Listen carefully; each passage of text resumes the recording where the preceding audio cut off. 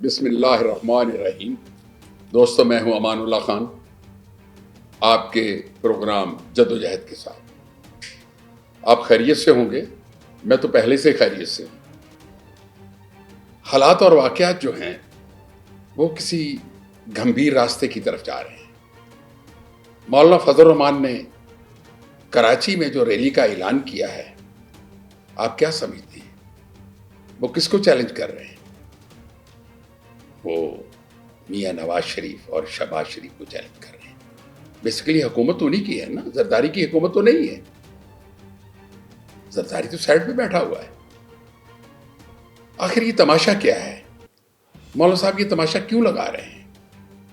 دیکھیں، صورتحال یہ ہے کہ جب پی ٹی آئی کی حکومت کا خاتمہ ہوا اور نیازی صاحب ایک قلم ایک ڈائری لے کے ایوان وزیر اعظم سے جب جا رہے تھے، تو اس کے تھوڑی دیر کے بعد مولانا فضل الرحمان نے ایک بیان داغا جس میں انہوں نے کہا کہ اس حکومت کو میں نے ختم کروایا ہے. چیلنج کیا انہوں نے. اور اس کے بعد مولانا صاحب جو تھے وہ اپنی اصل دشمنی پہ اتر آئے. انہوں نے پی ٹی آئی کے ساتھ 1.5-2 ماہ میں جو کچھ کیا وہ آن ریکارڈ ہے. لیکن یہ سمجھ میں بات نہیں آ رہی کہ اقتدار کی خاطر کیسے کیسے غیرت مند اور کیسے کیسے پہلوان جو ہیں وہ میدان چھوڑ کے بھاگ جاتے ہیں. اب بھی یہی ہوا. دیکھیں، علی مین گنڈا پور نے بھی مولانا صاحب کے بارے میں جو کچھ کہا، انہوں نے کہا دھوکہ ہوا. اور واقعی دھوکہ کن لوگوں نے کیا؟ مولانا صاحب کے اپنے لوگوں نے کیا. بھائی، پی ٹی آئی کے ہاتھوں تو آپ ہارے ہیں مولانا صاحب. انہوں نے تو کوئی دھوکہ نہیں کیا، انہوں نے کوئی فراڈ نہیں کیا. اگر دھوکہ کیا ہے تو آپ کے دوستوں نے کیا ہوگا.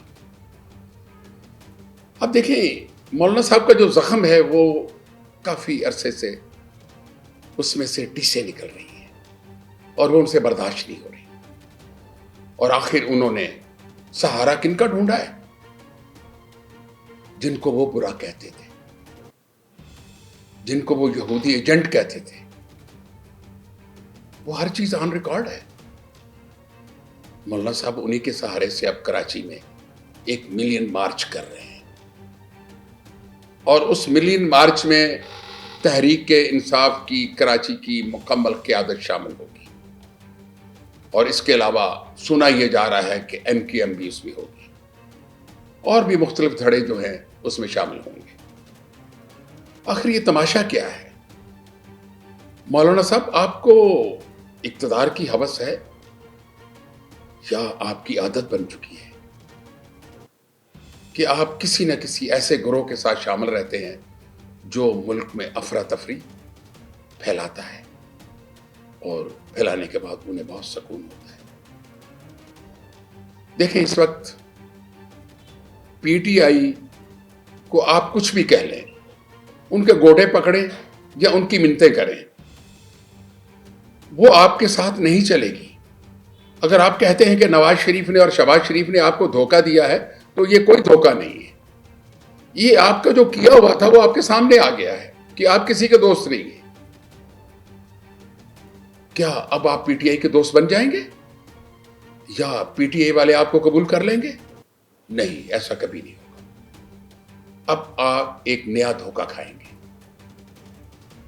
کیونکہ پی ٹی آئی نے تو یہ فیصلہ کر لیا ہے کہ ہم نے آپ جیسے سیاستدانوں کے ساتھ بات نہیں کرنی.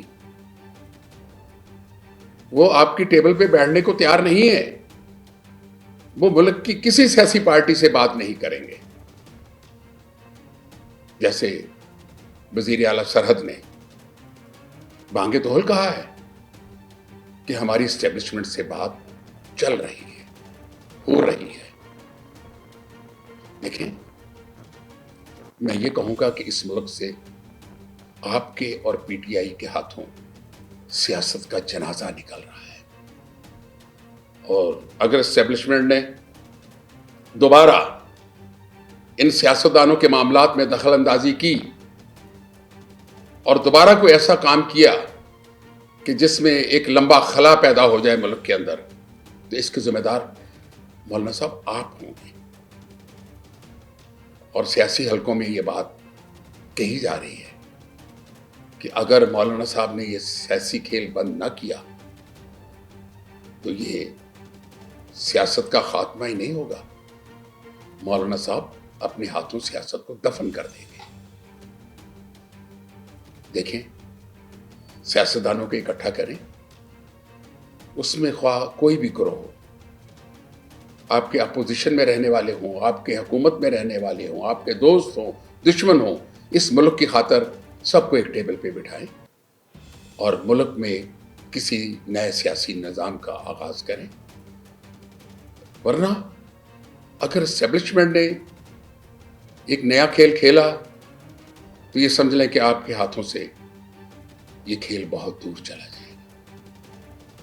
سیاستدان پھر ہاتھ ملتے رہیں گے.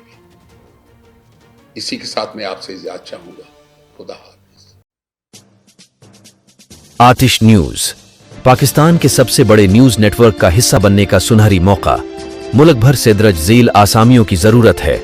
Bureau chief, deputy bureau chief, video editor, city reporter, تحصیل reporter, district reporter, crime reporter, press reporter, نمائندہ, نامہ نگار. Chief executive Syed Jamshed Bukhari. مزید معلومات کے لیے ان نمبرز پر رابطہ کریں. 030094444726